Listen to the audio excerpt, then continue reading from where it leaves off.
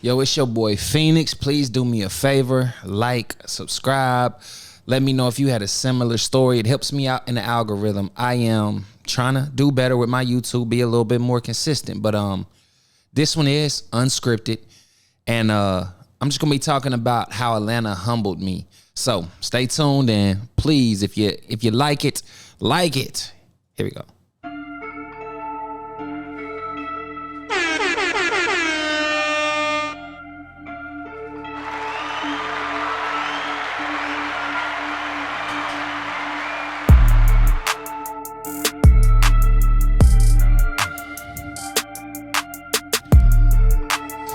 Welcome back, man. So yeah, I'm gonna be talking today about just talking about how Atlanta humbled me, man. Cause I feel like it happens to everybody. Happens to a lot of people, right? We come from our cities, whether it may be Chicago, Philadelphia, Florida, LA, Texas, Mississippi, West Virginia, North Carolina, wherever you come from. You see Atlanta, right? You see Atlanta and you start thinking like, I need to move here. I'm black. I see the rap scene taking off. I see the movie scene taking off. We had a lot of reasons to move here. Money, homes being for a great price. Like, we get here, we think we got it all figured out, but we don't, right? You get here and realize, oh, this is like everywhere else, as far as the small circles, the people who they stick together. You know what I'm saying? Like, you just get humbled, like, especially with the music scene. I moved here, of course, for music. Audio engineered places, met a lot of rappers, did a lot of open mics. And I don't do open mics no more. They too much like open gyms for me. It's a bunch of players in there. We all in there just hoopers, right? We all in there. We who knows? You might get a celebrity come through open gym. Let's just say a great big. You get to hoop with Trey Young or something. Okay, cool. But that ain't gonna take you. That ain't gonna put you on the Hawks. And it's the same for the rap. You can go to open gym, see a big rapper or something like that. That don't mean he's gonna sign you. They gonna all tell you got to get popping. And that's what I got humbled. I thought I was big stuff coming from West Virginia. I thought I had my swag figured out. I thought I had my my style figured out, my sound figured out. I thought I had it all, right? But that just wasn't the case. It just wasn't the case at all. I realized, man, there's people down here that was born into this already. They got 5 years on me. They got 10 years on me. Whether it's swag, it's fashion, whether it's whether it's, like I said, swag, fashion, basketball, I don't care what it is. They've been scouted. Put it like this, they've been scouted already. They've been here already with the best of the best. And there's already people next in line because they know they might be family to some of these people that you trying to get connected to. So I came down here for the first, year. I probably didn't even go downtown Atlanta. But when I finally did, it probably wasn't a year, it was less than that. But I went by, you got to go by yourself. You starting over. You don't know nobody. So you got to network. You got to walk up. You got to be awkward sometimes, sit in places, just hope somebody holler at you. Did it. Like, bro, I don't work my way up from down here. Like, by 2016, 2 years after I moved here, I was with Future. I was with Casino, met Casino at T-Mobile, Future's brother. I knew he might be somebody, but I didn't know he was Future's brother. So I'm talking to him, helping him out with his phone and all that. And I'm telling him about my music, playing him some music. And I'm like, I'd only signed the Grand Hustle or free bands. And he go, bruh. Bruh, you know who my brother is. I'm like, who is your brother? Like, I don't know. I don't know who you are for real. Who are you? He like, nigga, Future my brother. I said, what? You know what I mean? But long story short, I ended up going over there that same night. As soon as I got off work, changed and met him, in Zone 6, what he told me to do. And we pulled up to a house, but inside it was a bar. You understand? It was like a bar inside. And it got shut down like weeks later, but it was like a bar in that thing. He told me park the Camaro. You know what I mean? I'm coming down from where I got a Camaro, fast car, loud car, thinking I'm about to get signed. I'm on my shit. Boom, boom, boom. But when you get in these camps, you got to realize, like I said, this is people's family, cousins, brothers, and all that. All them is going. they got first dibs on anything, any of that fame rubbing off of Future, which respectfully is so. Like, I get it, you know? It's the right thing to do. That's the exact thing. That's exactly how it happened in any other city. So I'm just saying that to say you get humbled when you come down here. You think you making money in your city, you're going to come down here and find out a whole new way people making money, and it probably will amaze you. You'll be like, whoa, like, yo, I can't, like, I thought I was doing this. I thought I had this. You might have been serving it, flipping a little pound. These niggas is flipping. Whoo, wait, moving it too. Got clientele, crazy clientele. Like, you feel me? And even in this podcast, I'm realizing these folks know each other and they will put each other on without asking for any money. So it's like it's a process of getting in with the right people, just networking. You got to get in with them right people, and you got to be able to help them out. You got to be able to provide something for them to help build them up before you can get yours. So it's a lot of pro bono work out here, looking for interns, young, fresh, and all that. It's keywords they use, and basically that means free. Your ass is about to be working for free.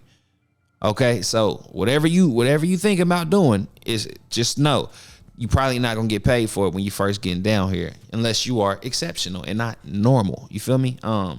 Yeah. So pay attention, ladies. When you come down here, yeah, you might have been a 7, a 8, a 9 in your city, but when you come down to Atlanta, baby, you might be a 5. You might get knocked down 3 to 4 notches. Like, cause it's out here. They are out here. You know? And think of the men. Like I said, you think you big dog. You think you got some money in your pocket. Oh, you got a nice car. You think that's all it take? Not at all. These folks got cars, houses, options. You know what I'm saying? So it's like you get humbled as a man and as a woman. And you gotta accept it. You gotta recognize it. You can't be like, oh nah, they think all that's over with, bro. You don't know these people. They got more than you, and you need to connect and work with and learn from these people if you want to succeed in this city. You can't come in as an outsider and think you about to get all the love and all that stuff because you an outsider. What? That's like somebody else coming in your house expecting to be treated like the man of the. It's hard to get into that position without knowing the homeowner or something, you know. So I'm just throwing little scenarios out there, but you get what I'm saying, bro. I got humbled, boy, when I came down, you know. Like I said, people's beats was, you know, they had ATL Jacob beats. I know ATL Jacob. I could have bought a beat off of him for like, I think he said like $200-$300, and my silly self thought that was too much for a beat at the time, not knowing what ATL Jacob became. That was just a fail on me, like, bro. Yeah. You what? I fucked up. That's what I did. I fucked that up. But it's a lot of other scenarios where it's just you don't know who's who right now, but in a couple of years they might be the biggest thing ever. I remember Lil Baby's baby mom, Jada Waiter, she was in T-Mobile. I'm talking to her and she talking to me about, you know, him. And I'm just like, oh, okay, and didn't know who he was. And I'm like, I'm thinking later down the line, like, damn, that was a way in, maybe in a circle or something, and I just didn't do my due diligence and look people up, do some research, and be like, oh, maybe it is somebody I need to connect with. But yeah, and you can see these dudes, man, but they gonna see right through, like, they know, like, they don't know you not from here. You gotta imagine, just right off that, it's awkward. We had 2 different sides of the bridge. Why should I let you come over here? That's how you gotta look at it. You on that side, I'm on this side, and they looking like, why would I let you come over here? Why would I let you come over here and get, you know, everything that I've worked hard for or inherited or whatever? Like I said, they not wrong for it. They not wrong for it. It's a right to gatekeep when you earn some shit or even inherited some shit.